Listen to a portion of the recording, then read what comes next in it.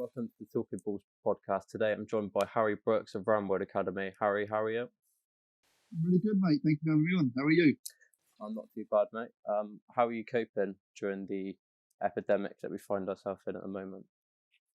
Yeah, I'm not too bad. To be honest, I've been surprisingly busy. So, last week we had a big online global fundraising event for charity called Stay Life Connect. That certainly kept me busy for a good week, and I'm still doing stuff to help raise money for charity with the live auction page and the donations page. And I've got a few other different projects that are going on. We have a home training page for our players. We've been keeping in touch with the clubs themselves and the players we work with. We've started our own podcast as well. So yeah, surprisingly busy, believe it or not. Different projects on the go, so it's all good. Of course, you mentioned podcasts. Coach View podcast. I'll leave a link so people can access that. I've caught up with all 3 episodes so far, and I must say that it is a really enjoyable podcast. It makes you think about football in a way that sometimes you wouldn't normally. It scratches beneath the surface a lot more in depth. And obviously with you and Richard from Roundworld, you've a lot more knowledge of football than the likes of me. So I would recommend that anyone that is interested in football, especially the tactical side and that sort of area, would check out the Coaches View podcast. But for those of you that may not be aware of Roundworld and the work you do, would you like to give the listeners a brief explanation? Yeah, sure. So Roundworld Academy is an independent football academy that looks to bridge the gap between grassroots football and professional football. Richard is the director. I've been one of the coaches there and the analysts for quite a few years now, around coming up to 4 years, I believe. And yeah, we look to bridge the gap between grassroots and professional football. So we do this in a variety of ways. We're an elite training environment. We push around 6 to 8 players a year into professional clubs to get signed. We run groups from as young as 6 up to 16 in terms of group training. We also do one-to-one training with players of all ages. So there's different facets of that. We regularly play fixtures against professional academies. So in one-off games and tournament invites home and abroad. So over the last few years, we've played the likes of Bayern Munich, Manchester United, Liverpool, and many, many more. So that's basically what it is. A lot of people ask, are we like a Sunday league team? We're not, to be honest. We don't have a regular standard league program. We don't enter leagues. So we don't play exactly every single week in the Sunday league. We are a training environment, and we organise games to play against professional academies when we believe the age group is ready. So, it's basically for players that wants to push on, needs extra work, and we help them, achieve their goals, whatever that might be. Of course, mentioned playing like Bayern Munich, which for an independent football academy is unprecedented, really, to be able to have them opportunities for an academy which isn't assigned to a professional club is fantastic, really, and I think it's a credit to everyone at Roundworld, if I'm honest. But what initially made you want to become a football coach? Because I know a lot of people, when they get into football when they're younger, I think the base platform is a lot of people think, I want to be a footballer, because that's the dream, really. But when did you start to think of coaching as a more feasible career option? Yeah, it's probably the question I get asked most, because obviously I'm very lucky to be able to work with these clubs and professional players, and where I wasn't a professional player myself, a lot of people are quite interested in my journey. So my dream was to become a professional footballer, like a lot of young kids. I guess I never quite believed I was going to do it. So I've been coaching really since the age of 15. I actually studied sports journalism at university. That was initially, my backup dream for being a footballer. I was very lucky. I went and had work experience for like the Daily Mail, the Independent. Obviously studied sports journalism at university, but I realised maybe while I was at university that I didn't really want sports journalism to be my full-time job. But I've been part-time coaching since 15 years old, and I started off small, doing the odd after-school club at primary schools, built up, more and more sessions at different primary schools, coaching football. Nothing major, quite standard, but just getting my experience. And then over the years, I had more roles. I became sort of coach leaders or head coach rather at an organisation called Soccer Revolution. I've been a part of since I was playing football. Then I coached my own Sunday league team around the age of 18. And I just got experience like that, but I've always wanted, I realised I wanted to be a full-time coach, but I wanted it to be involved with professional football. So, I've always had an eye for the game, I believe, and a passion for the game, like a lot of people have. And I have a very good friend of mine that used to be an agent, and he knew that I used to, he knows that I analyse football in microscopic detail. So when I was about 21 years old, he got me to go and watch Aston Villa player in the Chelsea under-18 game versus Villa at Cobham. I went there as an analyst, and I provided a full report on the player and some other players for his agency. I sent it off, and the agency said it was, one of the best reports I've ever seen. It would be what they'd expect from a Premier League scout. So that just gave me the hunger even more. And then while I was coaching, my local Sunday league team, there's a colleague I had that I knew had a role at an organisation called Roundworld Academy, and he said if I've got any, really standout players or players that are looking to push on, I should send them there for extra training. And you always hear about these different organisations, and you think, well, okay, well, are they any good? And but I knew I trusted my mate. He's a very good coach himself, called Khalil. And I went down to a training session to check out myself, and I just couldn't believe the level of intensity, the level of quality, and the environment that Roundworld provided for its players. So I had a Wednesday session myself, and I basically stopped it just to watch Roundworld train for free for about a month. And I took my players down there. I got speaking to Richard. This is all when I was about 21. And then from then on, I just started doing more sessions for Roundworld. And before you know it, I'm now sort of like 4 years later, full-time employed by Roundworld and have other projects on the go, like, the Roundworld Royals, which is really exciting. So that's how I've got into it, basically. It's just through, being willing to put myself out there, earn my badges, as it were, get my experience, and eventually work my way to a stage where I can coach against sides like Bayern Munich and, players that are looking to push on, as well as professionals and academy players for the Roundworld Royals, which is a project myself and Richard do together. So, I work for Richard for Roundworld Academy, but myself and him are joint directors in the Roundworld Royals, which is, a training environment, or a development environment, I should say, for players that are professionals or already at academies and need to do extra work to give themselves the best opportunity of pushing on. Of course, you mentioned a lot of this in a blog that you've recently started, and as a sports journalism student, you can sort of see that you've got a knack for writing and that sort of field. In your blog, you did mention early on at Roundworld that you found yourself guilty of overcoaching.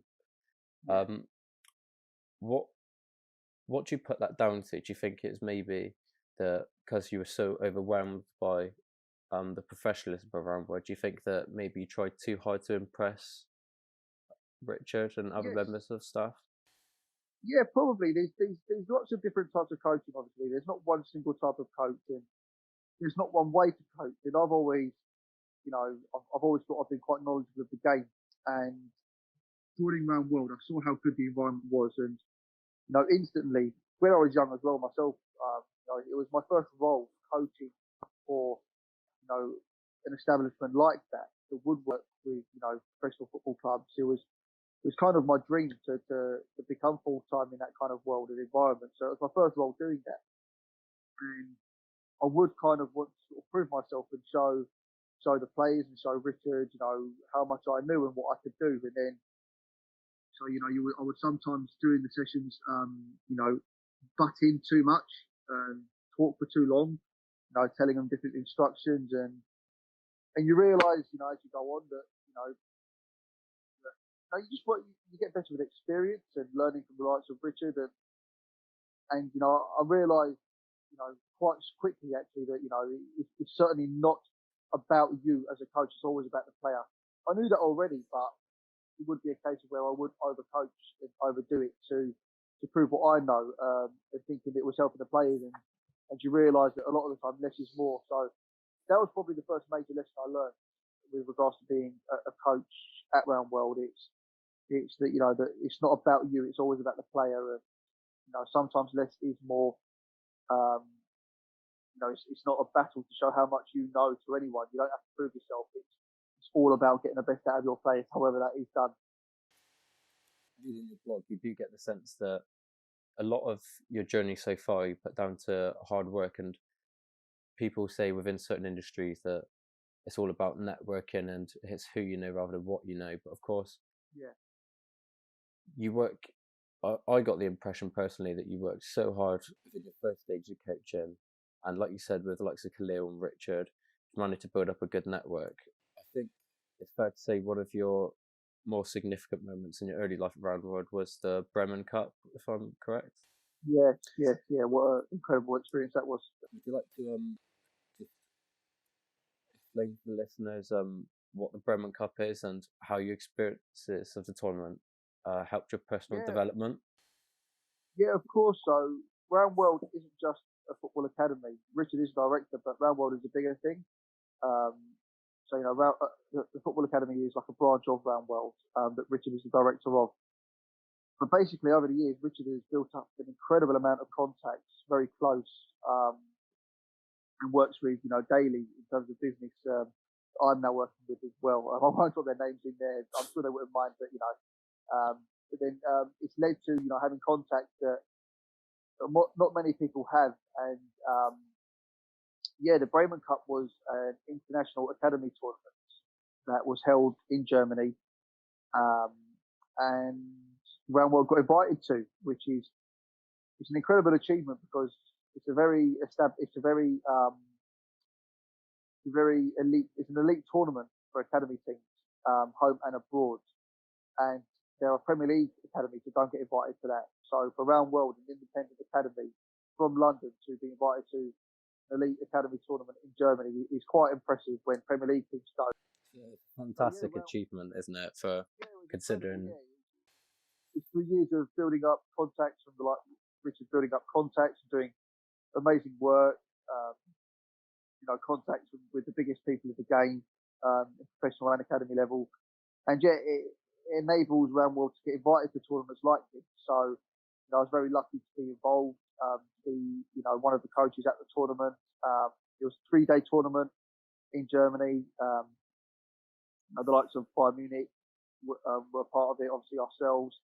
Tottenham Hotspur went, Arsenal went, FC Porto, other big German sides like Schalke, Cologne, then other Europe foreign teams like Slava Bratislava, Slavia Prague. It was an incredible tournament. I think 24 teams were involved as a whole. I think there was 18 were professional academies. There was some local German sides, which is standard protocol. They want to invite local German sides, of course. But we were the only independent academy outside of Germany. So that was a fantastic achievement, fantastic tournament. Definitely an experience I'll never forget. Of course, that's just one of, in comparison to the experiences that you have been involved in as a result of Roundworld. That's just one of the early ones. Of course, you did get the opportunity to work as part of the Palmeiras coaching staff for the Premier League Cup. And I know in your blog and on Twitter is something that you talk about. You get the impression you're very impressed with them. What was it that impressed you most, and what made it different to other clubs you've worked with in the past? It's probably those 5 days I was with Palmeiras were the best experience I've had so far. It was incredible. And again, thanks to Roundworld for contact. What impressed me most about Palmeiras is the level of creativity and intensity and talent that they have, and how they allow their players to flourish. It was just incredible. I think that sometimes English academies can be guilty nowadays of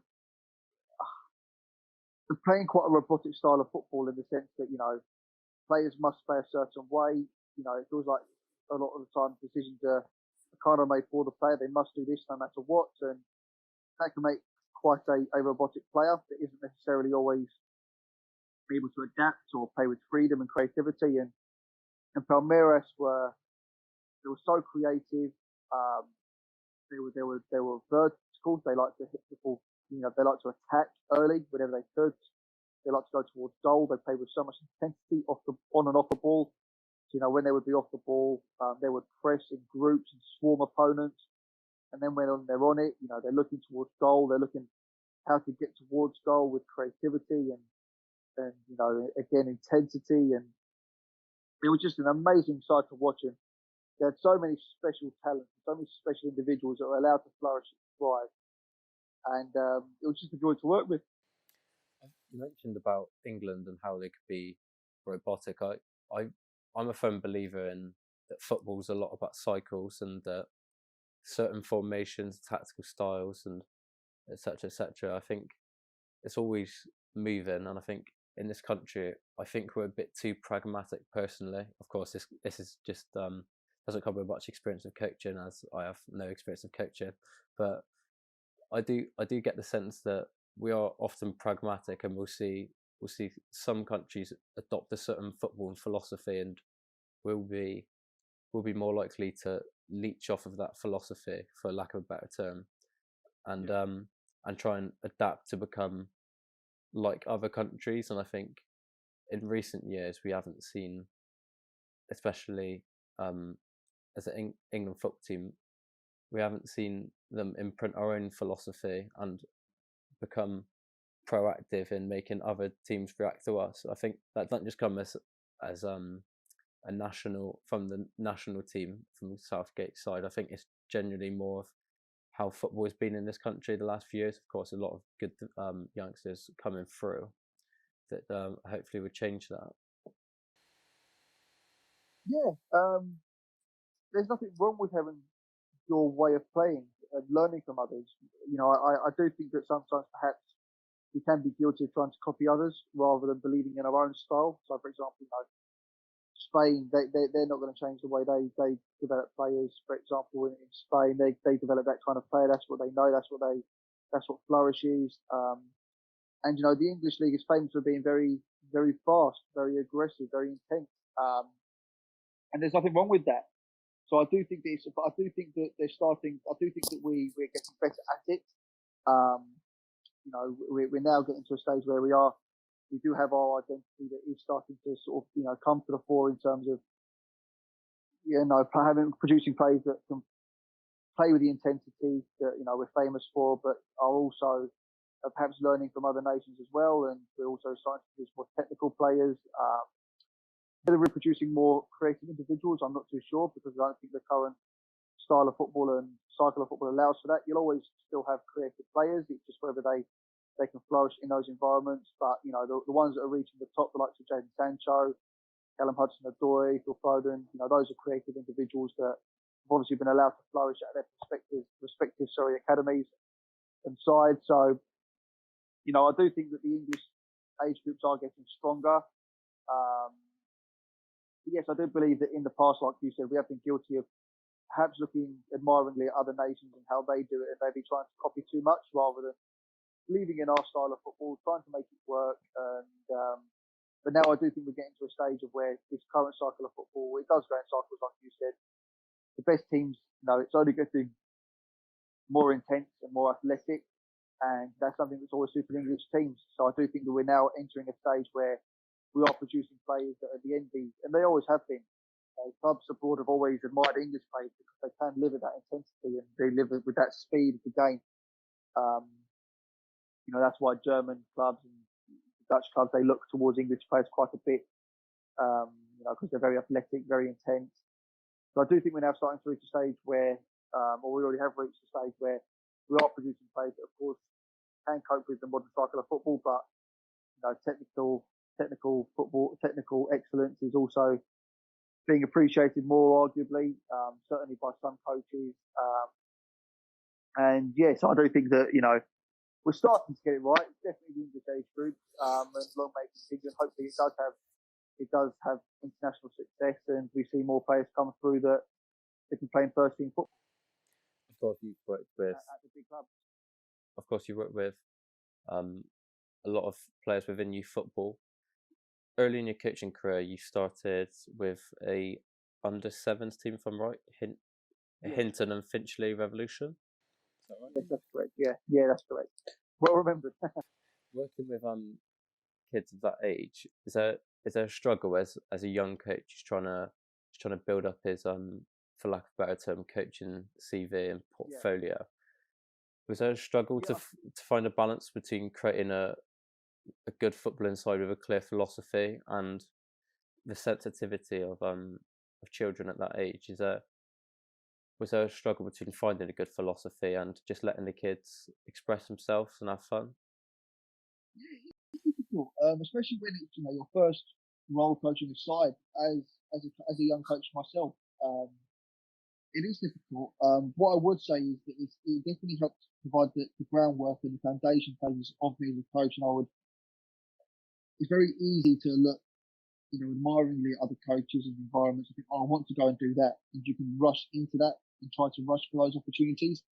But there's no way that I could be coaching professionals now or academy players or the level of players I do if I didn't get my experience coaching the likes of, an under sevens Sunday league team. And I think that's a lesson not just for, coaches outside professional football clubs. I think coaches in professional football clubs should start from younger age groups, like, the under 12s, the key stages of development, because, if you are an outstanding coach, the under 12s and younger, they're the key stage of development. So, that's where the fantastic coaches should be put towards to learn themselves, but also help develop players. But, a lot of people, they want to reach and they want to go straight into coaching under 18s or coaching professionals because of financial reasons, but also obviously the acclaim it gets and the level of work. But coaching that age group from a young age and those age groups definitely helped build me as a coach with the experience and learning and the foundation basis as a coach. There's no way that I could have gone straight in and coached 15-year-olds even. I certainly couldn't have gone straight in and coached professionals or academy players. I had to get years of experience to start off with, and that age is a challenge. It's a balancing act trying to get the best out of players, because a lot of coaches nowadays, they do want their players to play a certain style of football. They want their team to play attractive football.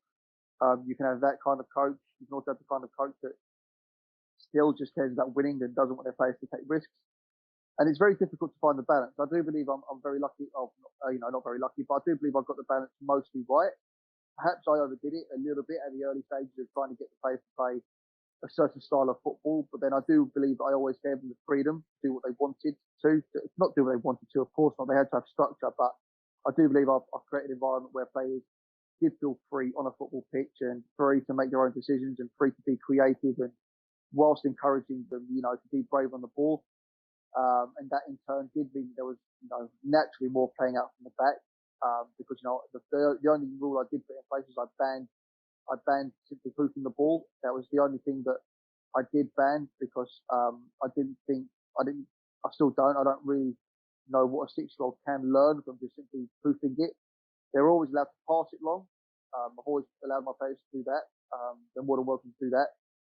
There's a huge difference between passing it along and hoofing it.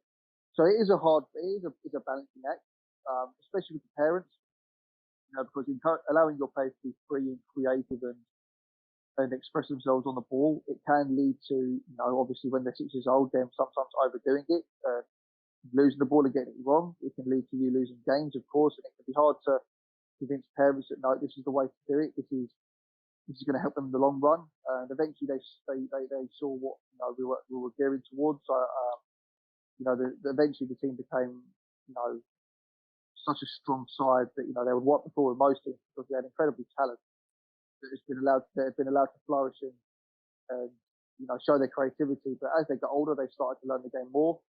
Of course, as you get older, you do need to become a bit more structured, depending on the right age. But a lot of people do, I think, get the key stage of development wrong. I do believe there's certain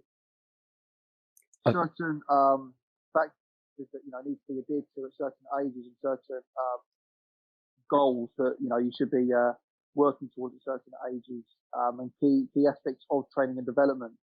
Yeah, key phase of development that comes into play at different ages, and that is a very hard thing to get right. And of course, in my relatively ill-fated spell as a Sunday League footballer. I know that at a young age, obviously, it's minuscule in comparison to where football is, but at that age, when children are at such a sensitive age of playing football, you do get a lot of parents who will say, why isn't my kid playing? Why are we doing this? Why are we doing that? A lot of them think that they'll send their kids to training, and they probably don't think about them more as developing as footballers and as athletes, but more as just having fun with their friends. And I think for you to take a role that age group, I think they'll put you in good stride in terms of man management, working with such a young and sensitive group potentially.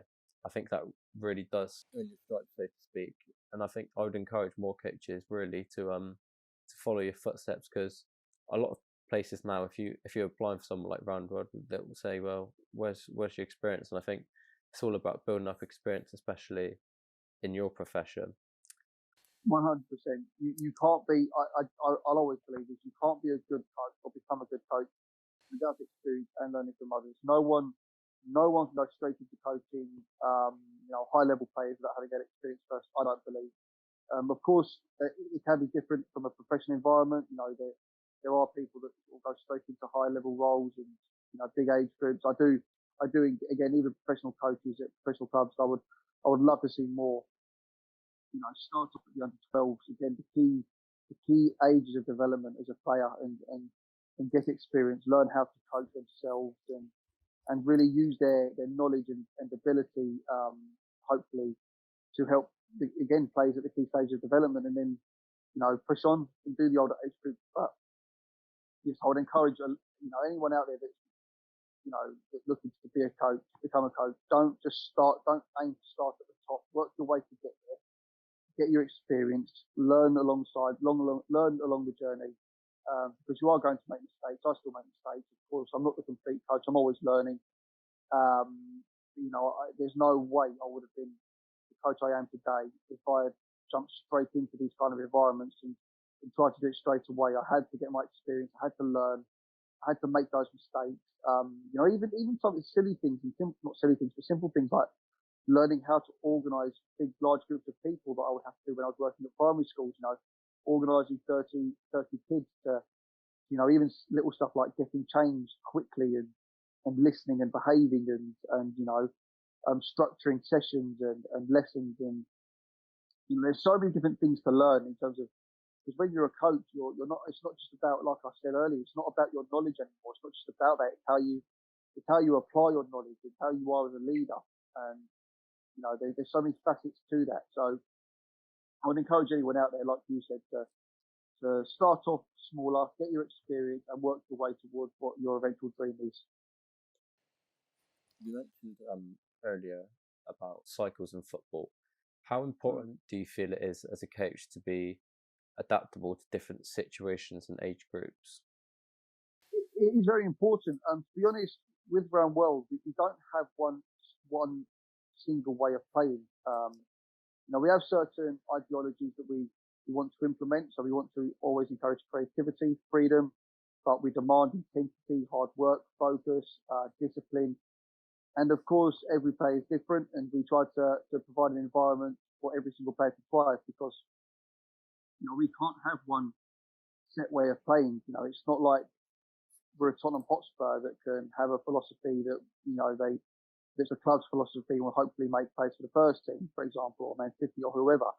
We're looking to help develop players for different kinds of clubs. We're looking to push players into a Wimbledon as well as a Tottenham and a Charlton and even clubs abroad. We had a player this year. One of our players joined Deportivo La Coruña. So we have to help develop players that can just quite well rounded, to be honest. That we can sort of thrive in different environments, that knows how to play with intensity, but also knows how to put their foot on the ball. And that is a big challenge. But it's great fun. I love working under that ideology, because it gives yourself freedom as a coach, rather than just I must coach my players to play this style of football. But it is a challenge. And of course, when we were saying earlier, we want players to be creative. Not every player has the capability of being creative, but we do hope that we provide an environment where every player can improve and flourish. So let's say that you don't really have the creative gene, for want of a better phrase, or the capability to be creative and show skill on the ball. Well, we do hope that we can encourage you to be the best you can be, and perhaps you can be a fantastic role filler, as it were. A tough tackling defensive midfielder that can be the best. We try to create an environment that allows players to become the best they can be, and I think it's important to preface this with that. A success story for us isn't just about pushing players into professional academies. If we can help any player achieve a goal, whether it's getting into their school team or even, helping light a fire and a passion to be involved in football coaching themselves as a career or sports journalism, and we can help them along their journey and help them with their passion, and that's just as much of a success story as someone that goes on to play professional. So it is a challenge, but it's incredibly enjoyable. I love working under that environment where we give players freedom, and as I said, there's not a one set way of playing that we have. There are certain things we do demand, again, like we want players to play with intensity, focus, and obviously we cater for groups and individuals, and we try to make sure that we provide an environment that allows every individual to flourish and become the best they can be. Of course, you mentioned about how adaptable players have to be. Listening to your podcast, the pilot episode with Sam Cox, he talked a lot about when he was in the Tottenham Academy. Of course, played with the likes of Harry Kane, Ryan Mason, Tom Cowell, Stephen Corker, and he said a lot.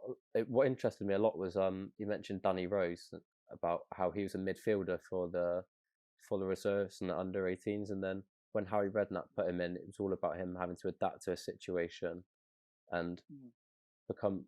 And I got the general consensus that the more well-rounded players would make it, and of course, at Tottenham, I think a lot of hype was around Marcus Edwards, because he was the sort of a nimble player, creative, and the sort of player that fans, as football fans, you look towards the youth academy and you see, and you're looking for a special player. But of course, the likes of Oliver Skipp, Japhet Tanganga, they're a lot more. They're not as expressive and don't have as much raw talent in terms of that, but they're a lot more adaptable, which I think personally is a more important aspect in looking at integrating youth players into the first team. What do you, as an academy coach, what do you feel is the biggest misconception in football around academies? Oh wow! It's difficult to say, to be honest. I mean, if you're looking at the likes of Marcus Edwards, it's very difficult nowadays for players like that to make it in England, because he's, for want of a better word, a bit of a maverick. He's creative, as you said, but he doesn't really conform to the structured, disciplined, pragmatic style of footballer that is to be relied upon by managers. Those players can produce the moments of magic, but they can perhaps also let you down. And where the game is becoming more and more structured, more and more centered towards, certain styles of playing and philosophies, if you don't necessarily fit in within that structure and that disciplined style of footballer, it can be difficult for a manager to trust you, because, a lot of it nowadays is about the philosophy that the coach puts in place, the style of football the coach puts in place, and they look to take away as many tangibles as possible. They want it to be very structured, how they play and stuff. And having a maverick player like Marcus Edwards, it can struggle. So perhaps that's a common misconception that there's a lot of those players out there. But as you are seeing, the vast majority that do come into first team football in England are the ones that can be adaptable. But it's important we all say to players that are looking to make it have obviously a primary position, but make sure you have a secondary position as well at a bare minimum. Because if the manager wants you, use the example of Danny Rose to play midfield, or what if the manager wants you to play? What if you could have your opportunity and the manager needs you to play somewhere else that day, but you can only play one position. You've only been coached to play one position. It's not going to happen to you. So the players that are starting to come, or the players that are making it more often, are the ones that are disciplined, can play within the current cycle of football, of course, can be relied upon, can be trusted. but there are still people out there and still managers and coaches that do love those players like Edwards and want them to thrive and the risk takers.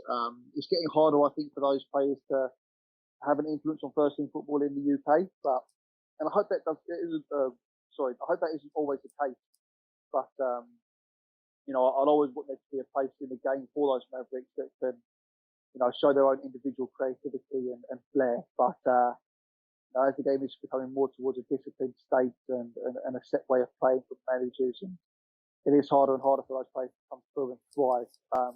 I think the common misconception, especially with the younger age group, is that they presume that these academy footballers are far and away better in terms of talent than players on the outside. And one thing that you certainly realise as you work more and more with these players and clubs is, yes, of course they're talented, but the lines are so fine. And what these academy players have is that they quite often that it's their focus and drive and determination and intensity in terms of application that is what takes them to the next level and allows them to stay in those environments. And a lot of the time, players outside of the environments looking to get in, they can be, often even more talented than players inside those clubs, but they don't have the same application and hunger and drive and self-belief. So it's very, very fine line. But I think that's probably a big misconception in terms of, the lines are so fine. It's possible for a lot of players that maybe don't believe it on the outside of those professional academies to get in. They just have to believe it. They have to apply themselves and work, dedicate themselves to becoming the best they can be and discipline on and off the pitch. And that's what the vast majority of academy players have. So yeah, that's a big misconception probably. I think a big factor is social media in terms of as a football fan, if you're looking towards youth academy, it's a lot easier to watch. Like you said, you mentioned Marcus Edwards a lot. Someone like him, who, like you said, is a maverick. It's a lot more of a sexy highlights package to watch of creative players who's got so much flair than the likes of maybe someone like Oliver Skipp, who's not so much. It doesn't burst out, as in it doesn't naturally grab your attention because it's a lot more calm, composed, and just a steady development rather than bursting out of nowhere. How big an influence do you feel social media plays in a player's development, both on the pitch and off the pitch? I do believe that, I'd like to think that environments that look after these players can, of course, make the influences of social media as redundant as possible. But I do believe that, and I do believe that it's actually a wider societal problem, not just football clubs. The influence that social media can have now, I do believe that there's a worrying trend developing that social media is a big reason for, of instant success. You upload a picture onto Instagram and you can caption it with, like a 50-year-old caption it, so something ridiculous like, working so hard, so my mum never has to earn, never has to work again. It's like, it'll get like 100 likes or something, and it's like all of a sudden that's now, it doesn't mean anything. That's now seen as instant success. Instant likes and instant popularity, and when you haven't actually achieved anything yet, you haven't done anything yet, and that can have an effect on individuals and take the eye off the ball and take the eye off of what's important and what actual success means. Luckily, the vast majority of people aren't silly with regards to that. They do appreciate how much work they have to do, and they're very focused to go and do it. But it can have a big effect. It is a trend that is, it can have a big effect. I would hope that obviously the vast majority of environment and players themselves, obviously people themselves appreciate that, it's something they can't put any focus on, and their focus remains on developing as a person and a player. But yeah, of course it can have an effect. It already has, of course, like the social media, and I sound quite old-fashioned here, but even gaming like PlayStation and Xbox, you're seeing a lot of nowadays young teenagers, young people that they lack such basic, fundamentals of, coordination and being able to jump and balance and run, because when they're young now, rather than going out and running and, exposing themselves and how to do these things and, playing in parks, climbing trees, doing things like that, they're now stuck on the Xbox and PlayStation, so they don't learn how to develop physically. Their body doesn't learn how to do these things. So we've seen a lot of 15-year-olds now and 14-year-olds, etc., that lack really basic coordination movements, exercises and balancing and running that they just can't do because they haven't exposed themselves to it. So yeah, I do think that the likes of social media and games and stuff like that, and being able to have fun, just staying in your own room is it is having a bad effect. But the ones that do make it in football and in life are the ones that appreciate how much work they have to put in to their craft and what's really important in life. So it is having a negative effect. It kind of depends on the environment and the individual how much of an effect it does have. I completely agree. Social media is as good as it is bad in terms of obviously you have access and it's good for keeping up with in contact with friends and stuff. But I think as well a lot of people, like you said, in terms of looking for likes on Instagram or retweets on Twitter, it's all instant gratification. And I think one thing as well which interested me on your podcast with Sam Cox is he said that for a youth player's development, whilst it may not be as aesthetically pleasing, I think it's probably better to go to your local non-league side and watch that game, because I think he said you'll learn more from that game than watching a 10-minute clip of someone's best bits in inverted commas. It's a realistic style of football. That level of football. It's that is one big issue with academy football, but it's the difference between academy football, and it's very difficult to fix that, but the difference between academy football and professional football is so vast, even at non-league football. The vast majority of players aren't going to play in a style of football like Man City.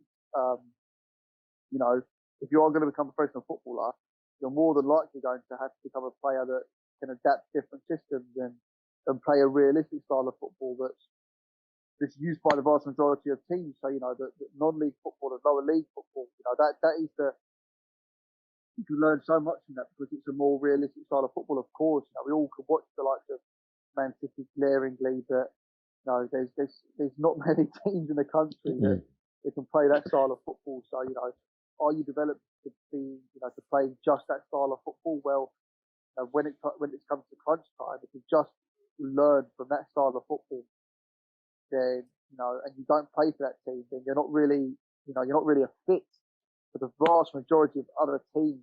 So it's important, I think, for players to be developed that are well-rounded, like we said earlier, and can adapt to different systems and styles of football. And non-league is a very realistic style of football because it's all about winning, as the first environment is. Winning comes first, no matter what. It doesn't matter how you win, and that is the vast majority of teams out there. It's all well and good looking to win with a philosophy, but the main objective of football is to win. And it's okay when you're as good as the Man City or Liverpool to play a certain style, no matter what. But most teams out there can't have that set way of play. They just have to be able to adapt to their players and adapt to whatever situation allows them to win. So it's very important for players to learn that. So yeah, Sam, I completely agree with Sam when he said that. I think as well, in terms of non-league, there's an aspect of survival in terms of not just personal development, but in terms of contracts. I remember speaking to David Hockaday, who leads he's a fantastic coach, and he said that during his playing days, obviously it's a different time compared to modern football, and he said that each season he'd set a goal, as in he'd get a 1-year contract, and as soon as that's up, he wants a 2-year contract, and a lot of that is about survival. And I think that's probably why maybe we're seeing a lot more non-league players making it now, is because they've got that mentality of, right, I've come so far, but I need to get to the next level, in terms of not just making a handful of appearances for a professional club and thinking they've made it. And I think maybe that's why we're seeing a lot more non-league players making it to the top, is because I think it molds an attitude where they're always hunting for the next stage. And I think to become an elite sportsman, not just in football, in any sport or any profession for that matter, I think you need that drive, and I think non-league provides that. It makes me laugh when I see people. It's very easy to do. I understand it as a fan that it's involved, but it makes me laugh to when I see fans that criticise players for being lazy and not caring, not trying hard enough. And it's like, I guarantee you do not play the level of professional football I do without being extremely driven, extremely hard working, and focused and dedicated to their craft. And there's always, even if you're playing for Man City, well, no, even more so when you're playing for Man City, you are always, like you said earlier, you're always fighting for your place. There's always someone that's coming to your position. So it's a constant battle throughout, no matter what. And players always have to do more. That's why you're seeing a lot more professionals, even at the highest level of the game, that are doing extra work on the outside. People might be surprised to hear that, but you would be surprised how many professionals at the highest level do extra one-to-one training on the outside and extra work outside of their clubs, because they have to constantly keep developing or at least maintaining their levels, because they know that if they don't do it, there's going to be someone else that has got their mentality and will come and take their place. So it is a constant battle to push and to keep your place and to maintain your levels throughout all levels of the game. I think that the reason you're seeing more and more non-league players make it is because I think clubs are realising that,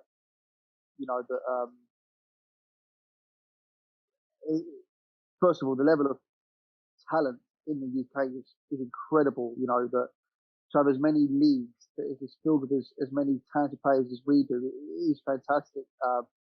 There's players right now that's playing semi-professional that will go on to play in the Premier League. I guarantee you that much.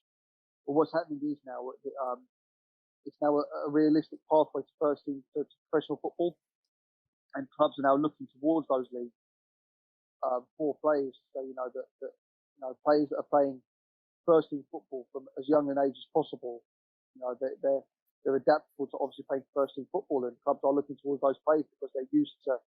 They have the experience of playing first team football when perhaps one of their academy players doesn't. So you are seeing more and more of clubs looking towards those players and looking towards those clubs for players, especially the younger ones, like I said, because they're playing first team football from a young age. They're proving themselves. They have the experience of playing first team football, which is massive. So you are seeing those players have more of a role in football, in professional first team football, and getting more of an opportunity, which is fantastic. I think the level of talent in the UK is so vast, and they can't all play in the Premier League. So that is something that the UK should be admired for. The level of football, the level of talent and players throughout the country. A small country, obviously, bearing in mind the size of other countries, but to have as many talents as we do. I always say to people, you just have to go to one power league, on a Saturday afternoon, and I guarantee you'll find at least a few players on different pitches. You're like, well, what a player he is! He's got some talent, hasn't he? And that's just at power league. It's not like any other country in the world with regards to that. So there is talent throughout the league, and those non-league players are getting more of an opportunity nowadays, definitely. You of course mentioned players that look to go that extra mile in terms of personal development. I know recently you've worked with Steven Bergwijn, the new Tottenham signing. What was that like as an experience? Because I know obviously you're a Spurs fan like me. A lot of people on social media have seen that, and it's really encouraging to see in an age where, like you said, there's a lot of misconceptions about footballers being lazy. Yeah. What was that like working with him? Yeah, fantastic. Working with athletes like him, you do realise, you realise it anyway, but it just further reaffirms just how dedicated these people are at the top of their game, and that's why they are where they are. Bergwijn is where he is because of his application and his attitude, and it's not just his talent; it's how hard he works, to push the level he has, and to continue to push. Just speaking to him after the session and not during the, but after the session, you can just see the way he's talking and in his eyes and how hard he's working during the session. He's going to achieve his goals no matter what, and no one's going to stand in his way. And that is a dedication, an application that only the finest have and only the best athletes have, and it is so needed to reach the level, like I said, that he has and that other incredible athletes have. So no, it was fantastic working with him. I can't profess to have coached him yet. The Roundworld Warriors, we're a group of trainers. So, he's had a long-time coach called Ronnie, who we now work with, of course, as our strength and conditioning coach. He's trained Bergwijn for a while. So when Bergwijn joined Spurs, obviously put two and two together. Ronnie flew over and trained him. We will coach him on the pitch. It would have happened by now, but obviously the coronavirus has put a delay to that. But, just working with him, it just further reaffirms how much dedication and drive people like him have to reach the level they have and continue to work. And, for him to do extra work, it just shows, how much work he has done to get to the level he has and how much work he continues to do. You mentioned a lot about the drive and the willingness to get better and reach new levels. What do you feel are your greatest attributes in terms of what's got you here today and what will get you to the next step in your career? 100% my drive and self-belief, but also humbleness. I do have an ego, and I think it's really important to get to the top of your profession to have an ego, but an ego can be looked at in a few ways. I'm certainly not egotistical in the sense that I won't learn from others. That is I do have. I've always been willing and humble enough to learn from others, and I certainly wouldn't be at the level I am now if I wasn't willing to learn from others. I'm constantly wanting to learn from others and get experience. So, yeah, it's my drive and hard work. To be honest, it's taken me here. My willingness to see the long-term goal. A lot of people, they want to make money straight away. They want to have instant success, and to reach the top of the game, it's a long, hard slug. You're going to have times when it doesn't work out. You're going to have rejection. You're going to have days when it doesn't go well. And it's going to be, you might have times where you have to go and get experience and work for free and just learn and broaden your knowledge and broaden your experience. And those are all things I've been willing to do, but it's my drive and belief that's taken me to where I am, and that's what will take me to where I want to go. You mentioned about ego. I don't think that's necessarily a bad thing, like you said. Again, it's another misconception, I think, in football, and not just in football. I think in modern society, is ego is such a broad term. People look at it as in, they're stuck up. They only think of themselves. I think that's a lot of the misconceptions that come with an ego. But you see the likes of Roy Hodgson, who's not necessarily a fashionable manager, and I think there's a general consensus around the Premier League that he's a very humble, nice, caring man, and he'll have an ego. I don't think that's a bad thing. I think there's a difference between having confidence in your ability and an overconfidence in you as a person, and not just your ability, but in terms of your stature in society. No one can reach the top of their profession without having complete belief in who they are and what they do. But alongside that, if you want to reach the top of your profession, you do have to, as well as having that complete belief in yourself, also be willing to learn from others and humble enough to learn from others. It can't just be my way no matter what. You do have to learn from others and be willing to learn from others, and always looking to improve. And again, you can't reach the top of your profession without having the ego of having self-belief, as long as you are willing to learn. Yeah, exactly. Yeah, I think there's a fine line between both, and yeah, I don't think that's necessarily a problem. Just finally, you've had a lot of success in your time at Roundworld. If you could go back and to your first day as a coach at Roundworld, what is one piece of professional advice you'd give yourself, and what is one piece of life advice that you could give yourself? To be honest, I wouldn't go back. I wouldn't change anything, because everything that's happened so far along the journey has led me to this point, which I'm very, very happy with, and that is including the mistakes. Those are the mistakes I've learned from, and it has made me a better coach. If I would give myself advice, it would be to just keep going as you are, keep believing, keep looking towards a long-term goal, because that's what I've always done.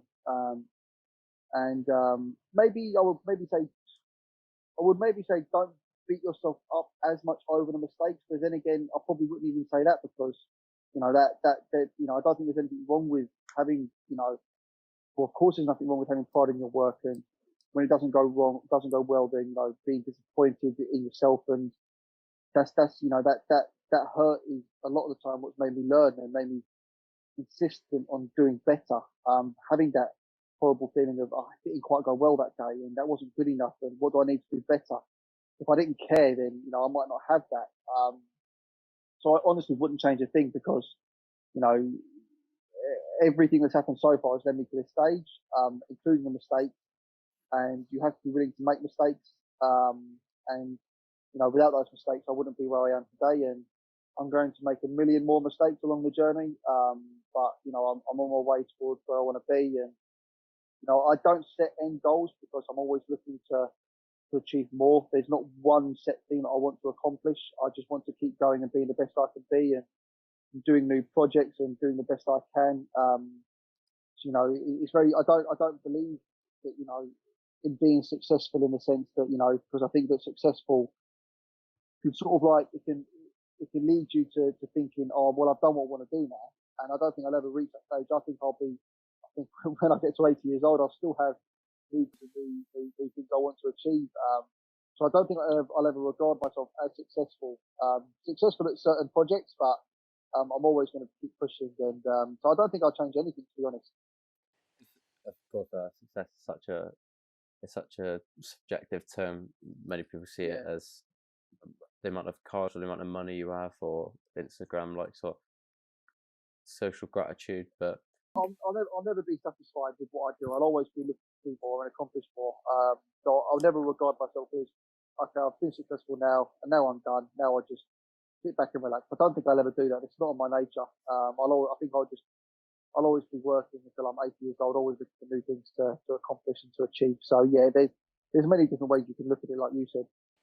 I think I think that's something that's got you to where it is today, and I think you're a very young coach in a unique situation in terms of working for the independent academy, and I think that's something that will stand out, and it will stand you in good stead for the future. But that's going to wrap up the Talking Balls podcast for this week. Thank you so much, Harry, for joining me. I know you're a very busy man. Got your fingers in a lot of different footballing pies, so I really do appreciate your time. Absolute pleasure. Thanks for having me on. Had a good time. For those wanting to find out a bit more about you, where can they get in contact or keep track of your work? Yeah, my DMs are always open, so if people want to ask any questions, they're always welcome to. So that's my Twitter, which is, I always forget it. It's _head coach. So you can follow me there, and again, feel free to get in touch and ask questions about my journey and anything. If you want to see a bit more of the work that we do, we have a few different pages. So if you want to see the professionals we work with, that's on the Royals_Roundworld on Instagram. The Roundworld page itself, it works with the independent academy. That's Roundworld_FA. So those are different platforms that you can have a look at the work we do, and again, feel free to ask questions, get involved. We're always happy to help anyone looking to get involved in the world of football. So I'll leave some links in the description of the podcast for those who want to get in touch with you. Thank you so much. No, thank you very much, mate. I had a great time.